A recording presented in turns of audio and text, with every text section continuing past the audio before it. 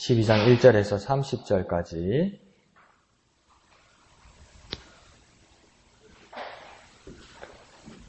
느헤미야 12장 1절에서 30절, 생명의 삶 6월 24일분 1절에서 다같이 한음성으로 천천히 다같이 읽겠습니다. 시작. 스알디엘의 아들 스룹바벨과 예수아와 함께 돌아온 제사장들과 레위 사람들은 이러하니라. 제사장들은 스라야와 예레미야와 에스라와 아마랴와 말둑과 핫두스와 스가냐와 느훔과 무레목과 이또와 긴느도이와 아비야와 미야민과 마다와 빌가와 스마야와 요야립과 여다야와 살루와 아목과 힐기야와 여다야니, 이상은 예수아 때의 제사장들과 그들의 형제의 지도자들이었느니라. 레위 사람들은 예수아와 빈누이와 간미엘과 세레베와 유다와 마따냐니, 이 마따냐는 그의 형제와 함께 찬송하는 일을 맡았고, 또 그들의 형제 박부갸와 운노는 직무를 따라 그들의 맞은편에 있었으며, 예수아는 요아김을 낳고 요야김은 엘리야십을 낳고 엘리야십은 요야다를 낳고 요야다는 요나단을 낳고 요나단은 얏두아를 낳았느니라.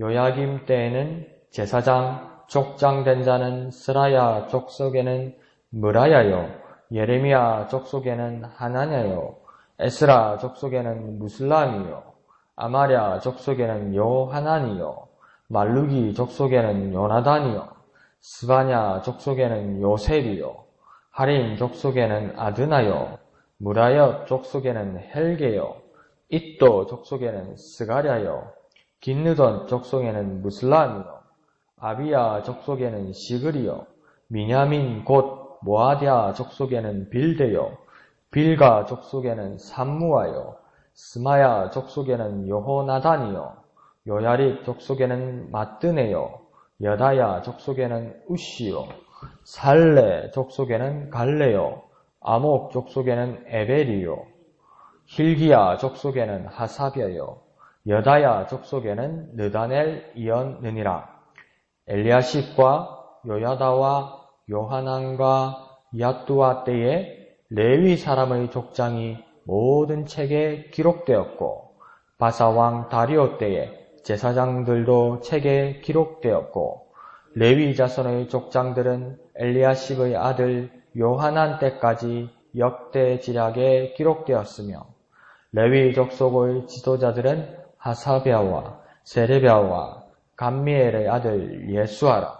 그들은 그들의 형제의 맞은편에 있어 하나님의 사람 다윗의 명령대로 순서를 따라 주를 찬양하며 감사하고, 마따냐와 박부갸와 오바댜와 무슬람과 달몬과 악굽은 다 문지기로서 순서대로 문 안의 곡간을 파수하였나니, 이상의 모든 사람들은 요사닥의 손자 예수아의 아들 요야김과 총독 느헤미야와 제사장 겸 학사 에스라 때에 있었느니라. 예루살렘 성벽을 봉헌하게 되니 각 처에서 레위 사람들을 찾아 예루살렘으로 데려다가 감사하며 노래하며 재금을 치며 비파와 수금을 타며 즐거이 봉헌심을 행하려 하매, 이에 노래하는 자들이 예루살렘 사방들과 느도바 사람의 마을에서 모여들고 또 벳길갈과 게바와 아스마웻들에서 모여들었으니, 이 노래하는 자들은 자기를 위하여 예루살렘 사방의 마을들을 이루었음이라. 제사장들과 레위 사람들이 몸을 정결하게 하고 또 백성과 성문과 성벽을 정결하게 하니라. 아멘. 이 임명들을 이렇게 시간을 들여서 읽다 보니까 그게 문득 생각이 나네요. 참, 옛날에는 우리 막 뭐랄까요. 아주 그런 낭만이 있었죠. 여러분도 어릴 때 뭐 극장 한두 번은 가보신 적이 있을 건데, 그때는 이렇게 순서대로 줄을 서가지고 이렇게 극장, 인기 있는 영화는 극장 영화를 보고 그렇지도 않았습니까? 그러니까 이 소규모의 그 영화들도 그렇게 성공할 수가 있었고, 영화만 잘 만들면 성공할 수도 있고 그랬었는데, 요즘은 극장이든 영화 제작이든 다 대기업들이 이렇게 다 합니다. 그러니까 대기업에 이렇게 잘 보이지 못하면 영화를 제대로 제작을 할 수 없고 엎어버릴 수 있죠. 근데 지네도 이렇게 해양극장, 중앙극장 다 없어졌잖아요. 그러니까 저 안쪽에 석동 쪽인 거 그쪽에 이제 극장이 하나 있는데 그거는 그 기업이 운영하는 데거든요. 그러니까 소규모가 할 수 있는 게 없어요. 근데 또 요즘도 이렇게 소신이 있는 제작자들, 영화 감독이 이렇게 영화를 만들기도 하는데 그게 극장에 걸지도 못하죠. 돈이 기업하고 싸워서 못 이겨서. 그러면 나중에 어떤 일이 생기냐면 펀드레이징이라고 이렇게 이야기하는데 뭐냐면 이 영화가 잘 될 것 같다 해서 십시일반으로 이렇게 그냥 시민들이 이렇게 돈을 투자를 하는 겁니다. 근데 뭐 1,000원도 좋고 10,000원도 좋고 막 영화값 그러니까 10,000원, 20,000원 이렇게 투자를 하는 겁니다. 그러면 이 투자한 사람들이 영화가 끝나면 투자한 사람들 이름이 이렇게 쫙 이렇게 올라갑니다. 영화 끝나면 뭐 감독 누구, 배우 누구 이렇게 쭉쭉쭉 올라가잖아요. 끝에 영화 끝나면. 근데 그 펀드레이징 한 영화는 끝나면 누가 투자해 주셨습니다 하면서 개인 이름이 이렇게 쭉 이렇게 올라가요. 그래 거기서 보면 이제 재밌는 게 뭐냐면 저 같은 사람은 그냥 뭐 영화만 보러 왔으니까 영화 끝나면 후딱 나가는데 투자한 사람 자기 이름 나올까 봐 기다리는 거예요. 이제 나가라고 이렇게 막 직원들이 이렇게 대기하고 있는데도 자기 이름 나올까 봐 이렇게 기다리고 있는 거예요. 그 다음 영화 볼 사람도 막 뒤에 밖에서 기다리고 있는데도 자기 이름 그 나올까, 김옥순, 지점이 이래 나올까 봐서 내가 돈을 냈으니까. 그 이름 나오면 이제 뿌듯하죠. 저기 내 이름이 걸렸다고. 저 영화에 내 이름이 걸렸다고. 오늘 본문도 그렇게 읽으면서, 야, 이 33절까지 하면서 25절 넘게 이 너무한다. 사람 이름이 많은 걸 이 시간을 내서 왜 이렇게 읽어야 할까? 그 사람 입장에 한번 대보십시오. 네. 여기 이 사람 입장에 한번 대보십시오. 그 헌신한 것을 성경에 기록되어서 하나님이 기억하시고 이 말씀을 보는 자들이 기억하라고 하는 뜻으로 이 말씀이 기록됐다고 한번 생각해 보십시오. 우리도 어떡합니까? 하나님의 백성과 하나님의 자녀로서 생명책이 기록된다고 그러잖아요. 시간 없으니까 그냥 이러면 그 얼마나 쓸 수밖에 없습니까? 영화 보고 어떻게 보면 영화 본 목적이 영화 내용을 보려고 한 게 아니고 끝에 내 이름 보려고 그 기다리고 있었는데 시간 관계상 뒤에 이름을 생략하게 해서 쭉 빼보세요. 그 얼마나 섭섭하겠어요. 그래서 우리도 이분들도 어떡합니까? 하나님 앞에 헌신했던 그 이름들이 기록된다고 그럴 때 이 사람뿐만 아니라 이 사람의 후손들과 가족들도 얼마나 그 자부심과 기쁨이 있겠습니까? 그와 마찬가지로 우리도 하나님 나라의 생명책의 그 한 일에 대해서 낱낱이 기록되었다고 할 때 우리가 하나님 앞에 심판대에 가서 판단하시는 그 자리에 가서 하나님께서 정확하게 우리 이름을 거명하시고 이렇게 하나님 앞에서 헌신하였고 예수 이름으로 하나님의 자녀가 된 자들이라고 이름을 석자를 정확하게 탁탁탁 말씀해 주실 때 얼마나 그러니까 기다리시잖아요. 영화 투자한 사람이 자기 이름 나오는 걸 기다리듯이 참 그리스도인 참 하나님의 자녀는 그 마지막 때가 진짜 기다려져야 되는 겁니다. 내 이름 나올 건데. 내 이름 나올 건데. 그건 뭐 오늘 큐트해도 될 것 같네요.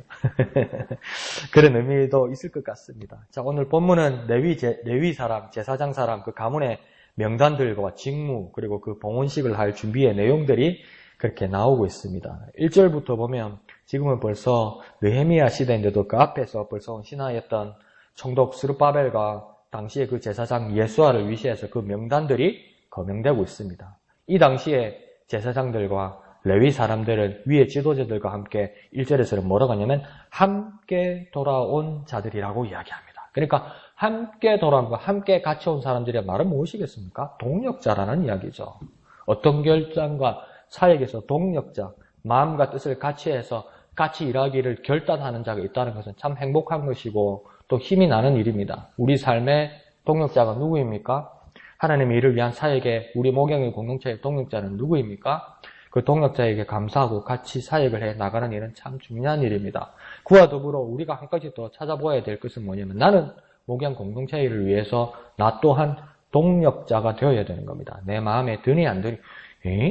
목양의 공동체는 내 마음에 드는 일이 아니고 하나님의 마음에 드는 일이죠. 그러니까 우리도 이 목양의 공동체의 사역에 동력자가 되어야만 합니다. 그래서 하나님의 기억에 남는 저와 여러분 되시기를 부탁드립니다. 자, 7절은 예수와 때의 제사장들과 그의 형제의 지도자들 곧 제사장 가문은 동력자가 그 언급이 되기 시작합니다. 그래서 7절에 대제사장뿐만 아니라 그 가족들, 형제들이 제사장이 되어서 같이 일을 해 나간 것을 말하고 있습니다. 그리고 8절은 레위 사람들 중에서도 찬송하는 일을 맡은 사람들을 지금 또 거명하고 있습니다. 그러니까 찬송이 참 중요한 거죠. 찬양대란 말은 맞고요. 찬양을 하는 사람들이니까. 그 사람들을 통틀어서 어떤 자라고 보아야 되냐면 예배 인도자라고 보아야 되는 거죠. 말씀을 전하는 사람, 헌금 시간에 하는 사람, 또 안내하는 사람, 새신자반, 찬양하는 사람, 예배에 앉아서 또 찬양하고 기도하는 사람, 이 모든 사람들이 뭡니까? 예배 인도자가 되어야 됩니다. 주님의 앞에 예배할 때 예배의 인도자가 되어야 하는 거죠. 그 일을 찬송하는 일을 하는 사람이라 이렇게 이야기하는 겁니다. 그러니까 찬양하는 사람도 참 사명을 가지고 일을 해야 된다는 것을 보여주고 있습니다. 그래서 9절에서 이 사람들은 직무를 따라 마주보고 있었다 이렇게 이야기하고 있죠. 직무를 따라서 배치된 곳에서 앉아 있었다는 겁니다. 배치된 곳에서 준비하고 있었다는 겁니다. 마주보고 있었다는 겁니까? 서로를 마주보고 있었다는 것은 준비하고 있었다는 겁니다.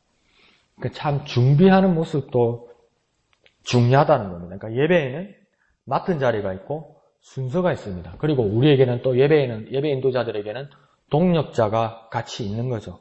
왜 이런 것들이 더 중요합니까? 형식도 중요하고 순서도 중요하고 맡은 자리도 중요한 것. 이 중요한 것이 무엇 때문입니까? 목사님 모양이 나야죠. 모양 나는 것도 중요하지만 그보다 더 중요한 것은 무엇입니까? 하나님께 제대로 드리기 위한 겁니다. 좀 제대로 드리기 위한 겁니다. 제대로.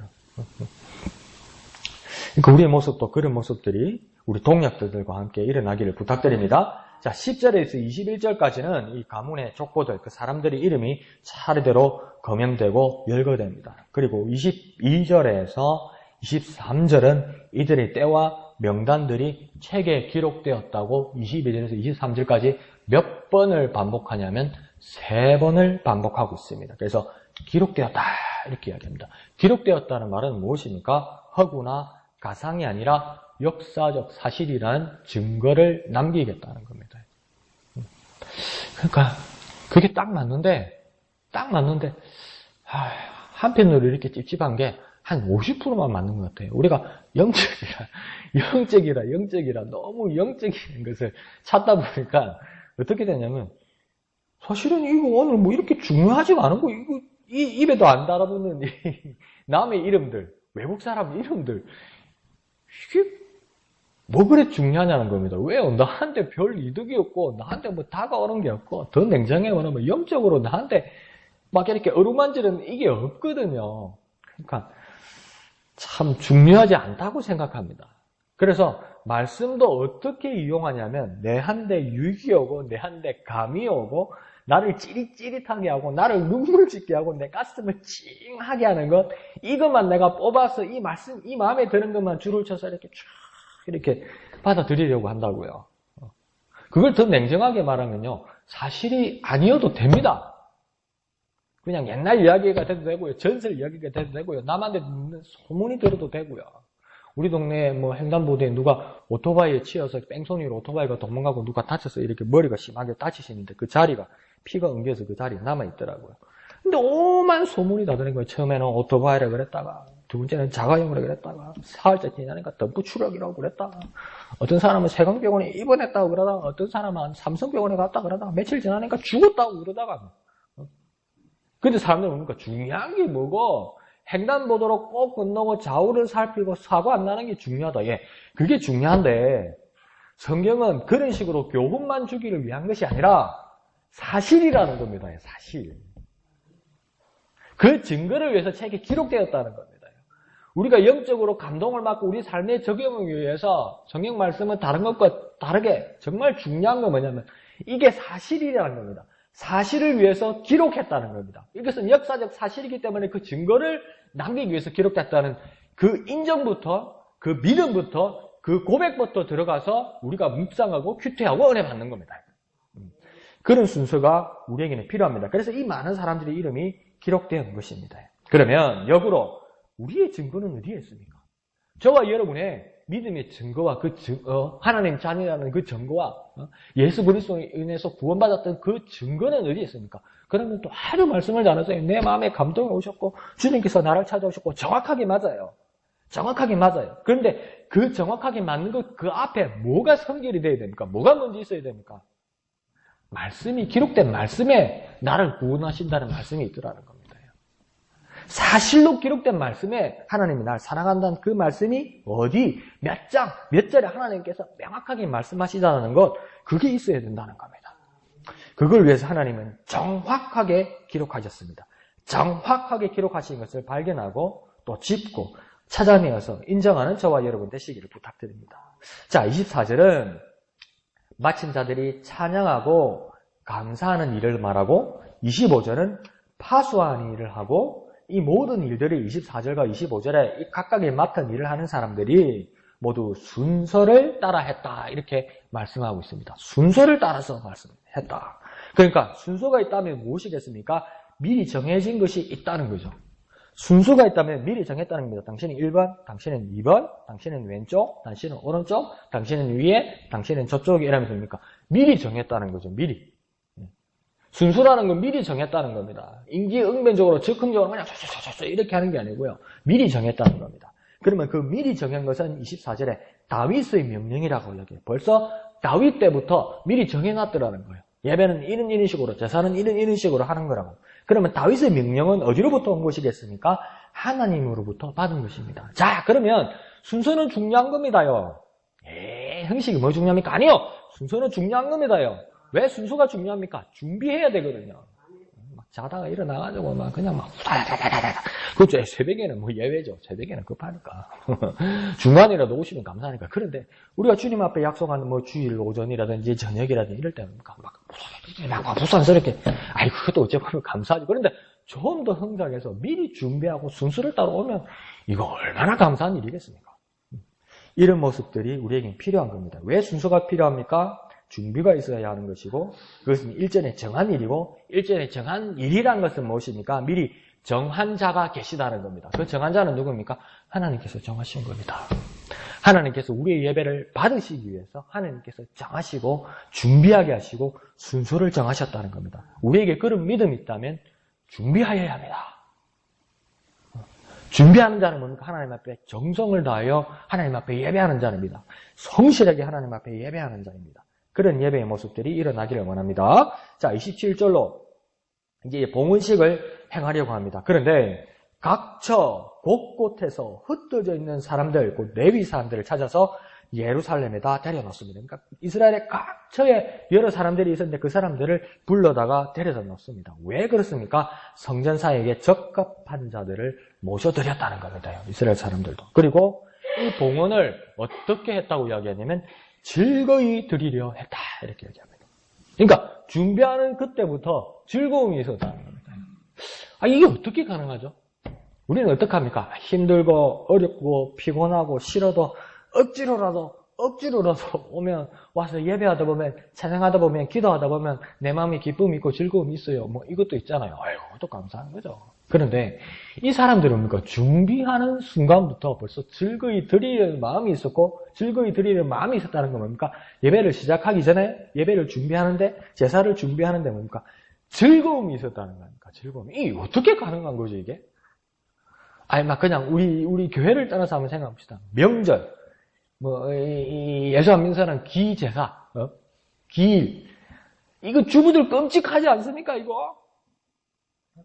그죠? 끔찍하잖아요. 특히 이 음력 추석 잘못 걸린다면 이 뜨뜻하고 더운데 온 시장을 뒤져가지고 제수용품 구해가지고 그게 그냥 또 됩니까? 굽고 지지고 전을 부치면 이놈의 자식들 영감탱이들은 뭐예요? 이걸 갖다 전을 모아야 되는데 하나 딱 거지나면 홀랑쥐 먹고 하나 거지나면 덜랑 먹고 조금만 하면 술 한잔 나고 훅 가져가. 이거 다 해놔면 표도 안 나고 질려버리잖아요. 이게 무슨 즐거움이 있습니까? 잘 먹으면 고맙다고 무슨 잘 먹으면 고마워요. 그냥 안 고맙고 안 하면 좋지. 그런 힘듦이 있잖아요. 그런데 이보다도 더 큰 규모의 이 봉헌식이 준비가 되는데 이 이스라엘 사람들, 레위 사람들이 모여서 즐거이 드리려 했다. 대단한 거죠. 이 수수께끼입니다. 목사님, 그게 답이 뭡니까? 모르겠습니다. 저도 우리 어머니 한참 고생하는 걸 보고, 우리도 우리 집사님들 주일에 한 번씩 식사 준비하는 걸 보고 하도 고생하는 걸 봐서 답이 뭔지 잘 모르겠습니다, 제가. 그러니까 이 즐거움이 이스라엘 사람들에게는 있었다. 하나님 입장에서 얼마나 기특하고 고맙고 애처롭고 하나님께서도 기쁘시겠습니까? 그런 모습이 이들에게 있었다는 겁니다. 우리 예배에 즐거움이 있습니까? 준비하는 동안에 즐거움이 있습니까? 우리는 하나님께 드리는 일이 기쁨이 있습니까? 아니면 마지못해 아무 생각 없이 다성에 젖어서 억지로 하는 예배입니까? 우리의 모습들을 돌아보고 이들이 즐거이 드리는 예배가 무엇인지 우리가 발견하여서 우리도 하나님 앞에 그렇게 드리는 저와 여러분 되시기를 부탁드립니다. 자, 28절, 29절을 보면 여러 곳에서 사람들이 모여들었다 이렇게 이야기합니다. 그리고 예루살렘 사방에 마을을 이루었다 이렇게 이야기합니다.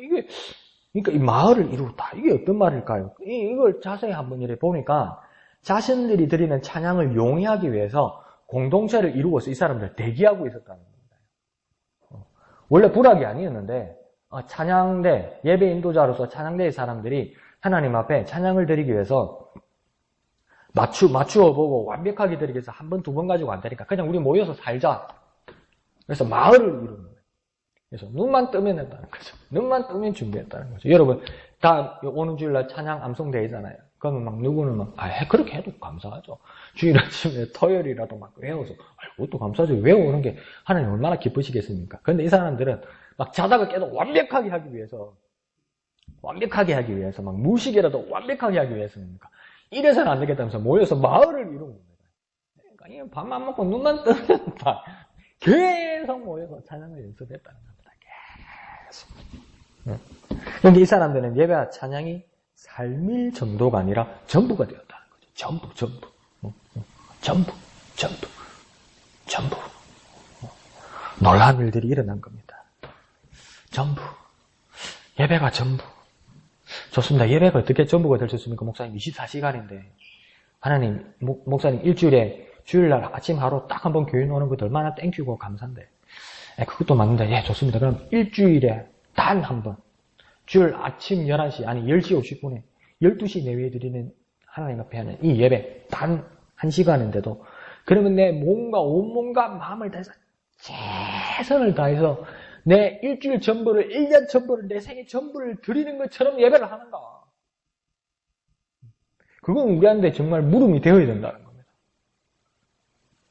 물리적으로 안 되죠, 여러분. 물리적으로 어떻게 내 삶 전체가 예배가 됩니까? 말일 뿐이지 그게 뭐. 이게 말이야 당나귀야 모르겠는데 뭐 말일 뿐이지 그게 뭐. 그러면 이 30분 1시간을 하나님 앞에 예배할 때도 이게 내 전체처럼 내게 제일 중요한 것처럼 최선을 다해서 이 사람들처럼 예배하는가.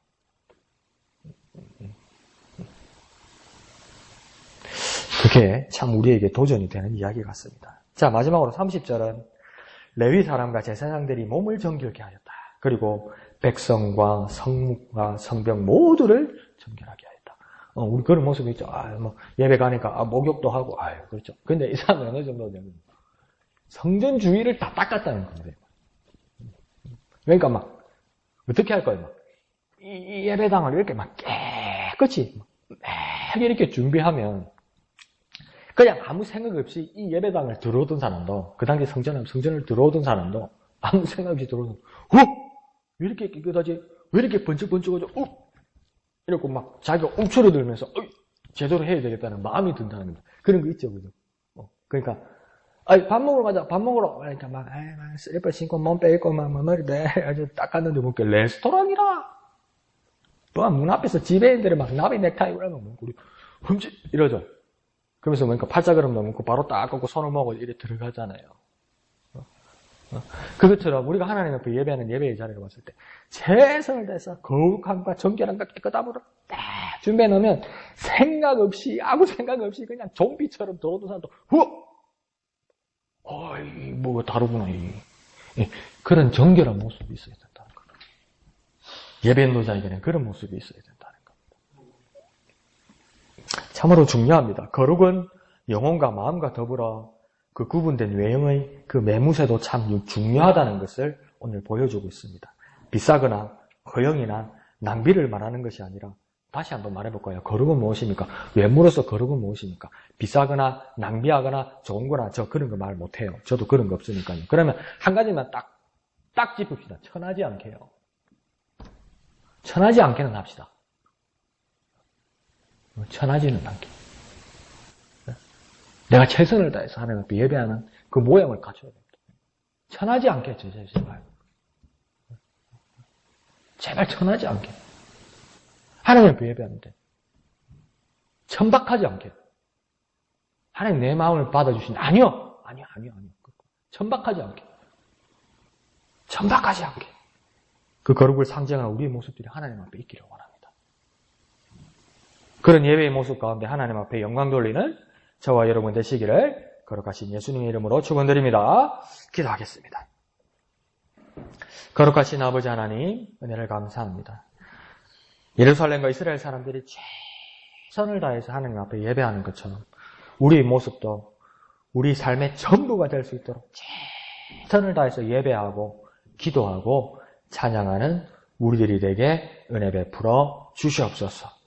모든 것을 감사드리며 거룩하신 예수님의 이름으로 간절히 기도하옵나이다. 아멘. 이 시간 말씀을 생각하시면서 기도하시고 또 진해 지역 복음화를 위해서 기도해 주시기를 부탁드립니다. 더욱 교회를 위해서 또한 기도해 주시기를 부탁드립니다. 오늘 밤 9시 금요 기도회에 있습니다. 위해서 참여해 주시고 또 기도해 주시기를 부탁드립니다. 토요일 예배당 미화와 식당 사익을 위해 헌신하는 분들을 위해서 기도해 주시고 동참해 주시기를 부탁드립니다.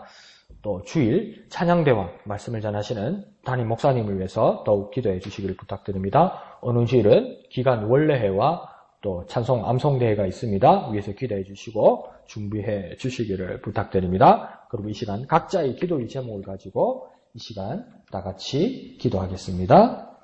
거룩하신 주님, 은혜를 감사합니다. 우리 예배 모습이 주님이 기뻐하시는 예배가